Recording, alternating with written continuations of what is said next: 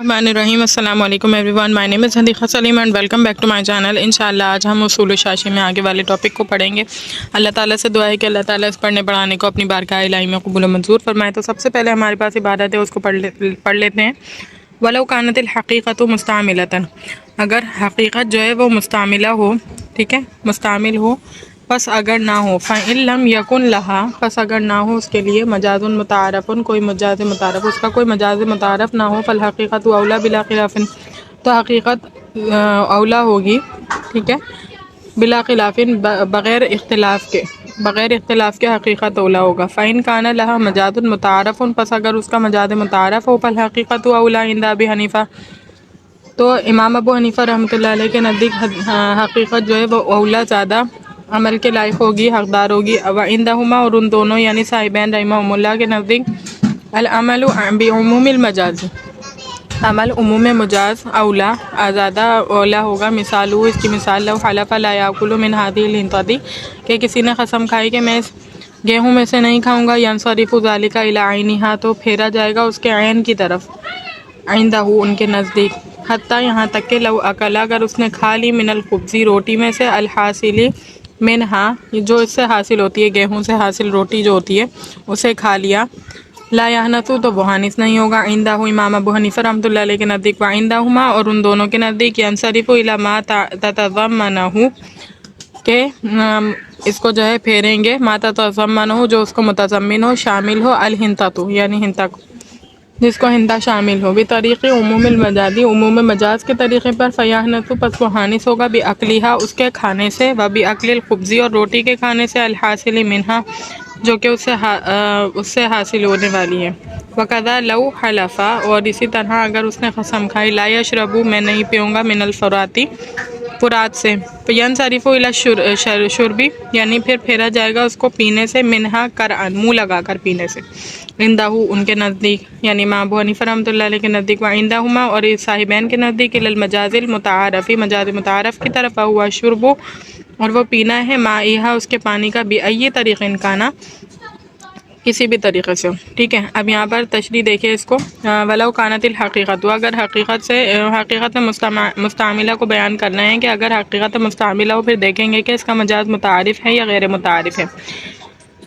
حقیقت مستعملہ ہو تو دیکھیں گے کہ اس کا مجاز جو ہے وہ متعارف ہے یا غیر متعارف ہے۔ متعارف کا مطلب یہ ہے کہ وہ مجاز حقیقت کی نسبت زیادہ استعمال ہوتا ہے، اور جب لفظ بولا جائے تو ذہن میں بھی اس مجاز کی طرف منتقل ہو، اور غیر متعارف وہ ہے جو حقیقت سے زیادہ مستعمل نہ ہو۔ دیکھیں، حقیقت یعنی مجاز متعارف کسے کہتے ہیں؟ مجاز متعارف وہ مجاز ہے کہ اس لفظ کا ذکر کرنے سے جو ہے نا وہ مجاز متعارف ذہن میں آتا ہو، ٹھیک ہے، اور اس کا استعمال جو ہے نا حقیقت مستعملہ سے زیادہ ہو۔ اور دوسری طرف جو غیر متعارف کیا ہوگا کہ وہ جو ہے نا حقیقت مستعملہ سے زیادہ استعمال نہیں ہوتا ہو، اور نہ ہی حقیقت مستعملہ کے نام لینے سے مجاز متعارف ذہن میں آتا ہو۔ ابھی انشاءاللہ مثال سے سمجھ آ جائے گا آپ کے، اگر یہ اصطلاحی تعریفیں سمجھ نہیں آ رہی تو کوئی بات نہیں۔ اگر مجاز متعارف نہ ہوا تو پھر بالاتفاق حقیقت مراد لینا اولا ہے، اور اگر اس کا مجاز متعارف ہے تو اب اس میں اختلاف ہے۔ اگر مجاز متعارف ہے نا تو پھر تو اس میں بالاتفاق کیا لیں گے؟ مجاز متعارف مراد لیں گے، لیکن اگر حقیقت جو ہے زیادہ مستعمل ہو رہی ہے تو پھر کیا ہے؟ اس میں اختلاف ہے۔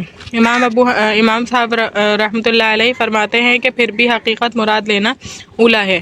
صاحبین رحمۃ اللہ علیہ فرماتے ہیں کہ عموم مجاز پر عمل کیا جائے گا، ٹھیک ہے۔ امام ابو حنیفہ ہر وقت جو ہے نا حقیقت کو اولا قرار دیتے ہیں، تمام صورتوں میں دیکھ رہے ہیں آپ، اور صاحبین کہہ رہے ہیں کہ اس صورت میں کیا ہوگا؟ عموم مجاز مراد لیا جائے گا۔ مثال دیکھیں، ایک آدمی نے قسم کھائی کہ اس گندم سے نہیں کھاؤں گا۔ اب گندم کی حقیقت یہ ہے کہ عین گندم کا کھانا، اور یہ مستعمل ہے۔ لوگ بعینہ ہی گندم بھون کر کھاتے ہیں، ابال کر کھاتے ہیں، تو امام صاحب رحمۃ اللہ علیہ فرماتے ہیں کہ اس کو عین گندم کی طرف پھیرا جائے گا۔ اگر عین گندم کھائے گا تو حانث ہوگا، اگر اس گندم کی روٹی کھائے گا تو حانث نہیں ہوگا۔ اتنی بات پہلے سمجھ لیتے ہیں۔ دیکھیں، کسی نے قسم کھائی کہ میں گیہوں نہیں کھاؤں گا یا گندم نہیں کھاؤں گا، ٹھیک ہے، تو اب جو ہے نا امام ابو حنیفہ رحمۃ اللہ علیہ کا موقف کیا ہے کہ یہاں پر حقیقت مستعملہ پر عمل کریں گے۔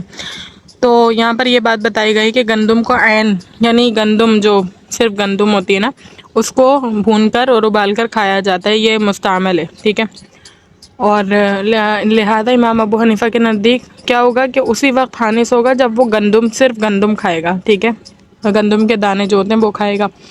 اور اگر وہ اس کی روٹی پکی ہوئی اسی گندم کی روٹی پکا کر کھائے گا تو حانث نہیں ہوگا. صاحبین رحمۃ اللہ علیہ کے نزدیک عموم مجاز کے طریقے پر اس چیز کی طرف پھیرا جائے گا جس کو گندم متضمن ہو، لہذا گندم کھائے تب بھی حانث، گندم کے آٹے کی پکی ہوئی روٹی کھائے تب بھی حانث ہوگا، ٹھیک ہے.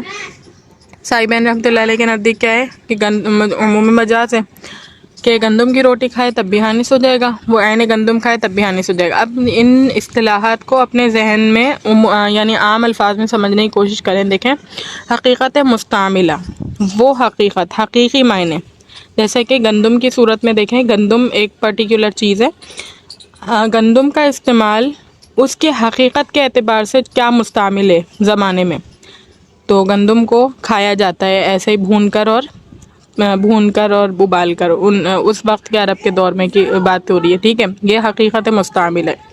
اور مجاز متعارف کا مطلب ہے، مجاز یعنی گندم کا ایک الگ معنی. گندم جب روٹی بن جاتی ہے تو وہ گندم تو نہیں کہلاتی، لیکن ہوتی وہ گندم ہی کی بنی ہوئی ہوتی ہے، تو اس کو بھی کبھی کبھی گندم کہہ دیتے ہیں، ٹھیک ہے. اتنی بات سمجھ آ گئی. اب متعارف کا مطلب ہے کہ گندم کا استعمال اس طرح سے متعارف ہے، عرف میں اس طرح کیا جاتا ہے، صحیح. تو دونوں اصطلاحات. اب امام ابو حنیفہ رحمۃ اللہ علیہ کا مسلک آپ کو سمجھ میں آ گیا تھا کہ جب جو ہے مجاز متعارف بھی ہو اس کا تو حقیقت مستعملہ ہی پر عمل کیا جائے گا. لیکن صاحبین کا قول یہ ہے کہ اس وقت عموم مجاز پر عمل کیا جائے گا، یعنی ایسے مجاز پر عمل کیا جائے گا جو اس کے حقیقت کو بھی متضمن ہو اور اس کے مجاز کو بھی متضمن ہو. تو یہاں پر روٹی کے دیکھیں، یہاں پر روٹی کیا ہے، مجازی صورت ہے نا، روٹی گیہوں یا گندم کی، اور یہاں پر حقیقت بھی پائی گئی، ٹھیک ہے. حقیقت یعنی وہ اس میں گندم بھی متضمن ہے اور گندم کی مجازی صورت بھی ہے، ٹھیک ہے. یہ ہے بیسیکلی یہ بات ہے. اس کے بعد دیکھیں کہہ رہے ہیں وَلَوْ حَلَفَ لَا يَشْرِبَ، اگر اس نے قسم کھائی کہ نہیں پیے گا. سے دوسری مثال دی کہ ایک آدمی نے قسم کھائی کہ وہ نہر فرات سے پانی نہیں پیے گا. اب اس کی حقیقت تو یہ ہے کہ منہ لگا کر پیے، اور مجاز ہے چلو میں لے کر یا برتن میں لے کر پیے. اب اس کی حقیقت میں مستعمل ہے بکریاں وغیرہ چرانے والے لوگ اس طرح کرتے ہیں، ہاتھ پیچھے کر کے سینے کے بل لیٹ کر منہ لگا کر پانی پیتے ہیں. لیکن مجاز متعارف ہے، یہاں پر یہ بات ہو رہی ہے کہ کسی نے قسم کھائے کہ وہ جو ہے فلاں سے فلاں دریا سے فرات سے پانی نہیں پیے گا. اب یہاں پر ایک حقیقت ہے، حقیقت کا مطلب یہ ہے کہ وہ براہ راست اس سے پانی پیے، وداؤٹ اینی سورس پیے، یعنی نہ چلو میں لے کر پیے نہ برتن میں لے کر پیے. برتن اور چلو میں لے کر پیے گا تو وہ مجازی صورت ہو جائے گی، ٹھیک ہے. تو یہاں پر جو ہے نا یہ بھی بات بتائی گئی کہ عمومی لوگ جو چرواہے ہوتے ہیں وہ اس طرح سے ہاتھوں کو پیچھے کر کے لیٹ کر جو ہے پانی پیتے ہیں.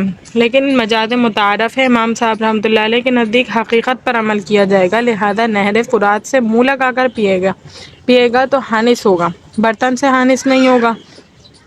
صاحبین رحمۃ اللہ علیہ کے نزدیک عموم مجاز مراد ہوگا، مراد لیا جائے گا ان کے ہاں مطلب ہوگا پانی پینا چاہے جس طریقے سے بھی ہو، لہذا یہ منہ لگا کر پیے، برتن میں بھر کر پیے، دونوں صورتوں میں حانث ہو جائے گا، ٹھیک ہے. امام ابو حنیفہ رحمۃ اللہ علیہ کے نزدیک کیا ہوگا کہ اگر وہ منہ لگا کر ڈائریکٹلی پیے گا، بلا واسطہ پیے گا، تو پھر کیا ہوگا، وہ حانث ہو جائے گا. اور اگر وہ برتن میں لے کر یا چلو میں لے کر پیے تو پھر وہ حانث نہیں ہوگا.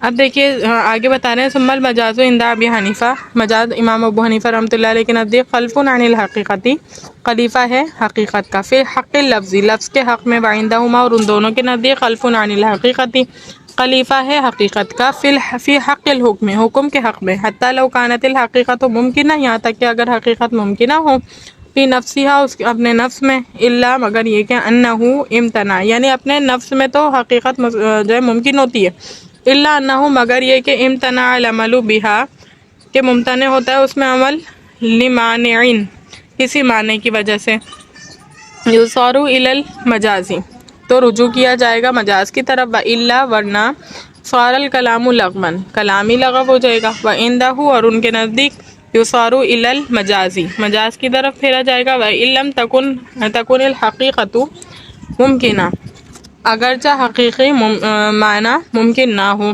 ممکنۃ فی نفسہا، اپنے نفس میں اپنی ذات کے اعتبار سے. مثال ہوئی دخالا، اس کی مثال ایسی ہے کہ کہا عبدہ، کسی نے کہا اپنے غلام سے، وہو اکبر سنن، وہ اس کی عمر سے بڑا تھا، منہ ہذا ابنی، یہ میرا بیٹا ہے. لا یصار الی المجازی، تو اس کو مجاز کی طرف نہیں پھیرا جائے گا، عندہما، ان دونوں کے نزدیک، لاستحالۃ الحقیقتی، حقیقت کے محال ہونے کی وجہ سے. وعندہ، اور امام ابو حنیفہ رحمۃ اللہ علیہ کے نزدیک، یصار الی المجازی، مجاز کی طرف پھیرا جائے گا، حتی یعتق العبد، یہاں تک کہ آزاد ہو جائے گا غلام. اب یہاں پر اس کو غور و فکر کے ساتھ سمجھے اس مثال کو.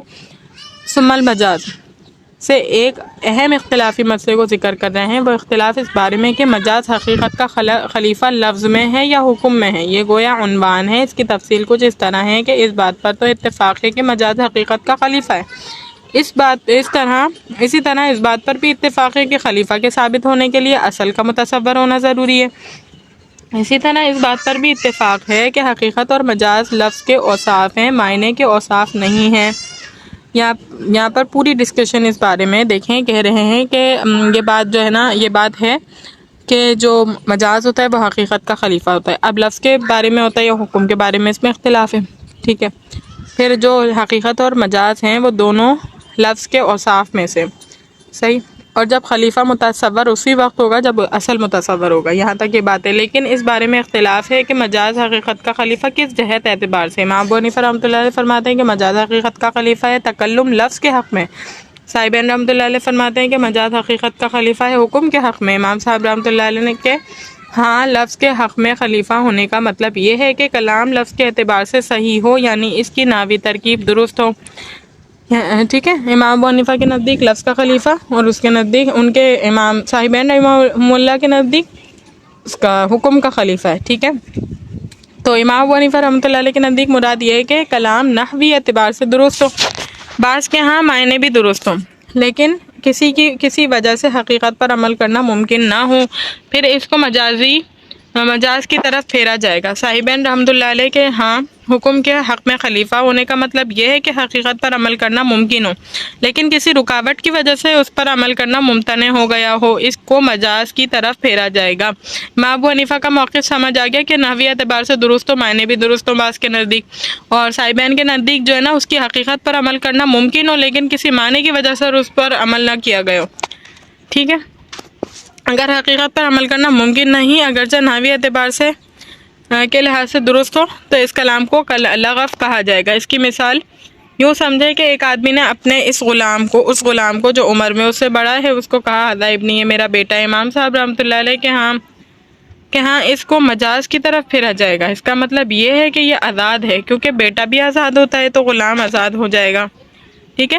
بیٹا بھی آزاد ہوتا ہے تو غلام بھی آزاد ہو جائے گا. امام ابو حنیفہ کے نزدیک پھیریں گے اس معنی کی طرف. وجہ یہ ہے کہ امام صاحب رحمۃ اللہ علیہ کہ ہاں چونکہ ہذا ابنی والد کلام ناوی ترکیب کے لحاظ سے درست ہے اور معنی بھی درست ہیں، لیکن حقیقی معنی مراد نہیں ہو سکتا، کیونکہ بڑا آدمی بیٹا نہیں بن سکتا، تو اس کو مجاز کی طرف پھیرا جائے گا. اور صاحبین کے ہاں اس کلام کو مجاز کی طرف نہیں پھیرا جائے گا بلکہ کلام لغو ہوگی، کیونکہ حقیقی معنی فی ذاتی ہی ممکن ہی نہیں ہے. ٹھیک ہے. امام ابو حنیفہ رحمۃ اللہ علیہ کے نزدیک اس نے کہا کہ میرا بیٹا ہے، حالانکہ غلام جو ہے اس سے عمر میں بڑا ہے، تو بیٹا جس طرح آزاد ہوتا ہے تو یہ غلام بھی اسی طرح آزاد ہو جائے گا. ٹھیک ہے. اور یہاں پر نحوی اعتبار سے کلام درست تھا. ٹھیک ہے. اور لیکن یہاں پر کیا ہوا ہے، صاحبین رحمہ اللہ کے نزدیک جو ہے حقیقت پر عمل کرنا درست نہیں ہے، تو پھر اس کے مجاز پر بھی عمل کرنا درست نہیں ہوگا. امید کرتی ہوں لیکچر اچھی طریقے سے سمجھ آ گیا ہوگا. اللہ تعالیٰ سے دعا ہے کہ اللہ تعالیٰ سے پڑھنے پڑھانے کو اپنی بارگاہ الہی میں قبول و منظور فرمائے. وآخر دعوانا الحمد للہ رب العالمین. السلام علیکم.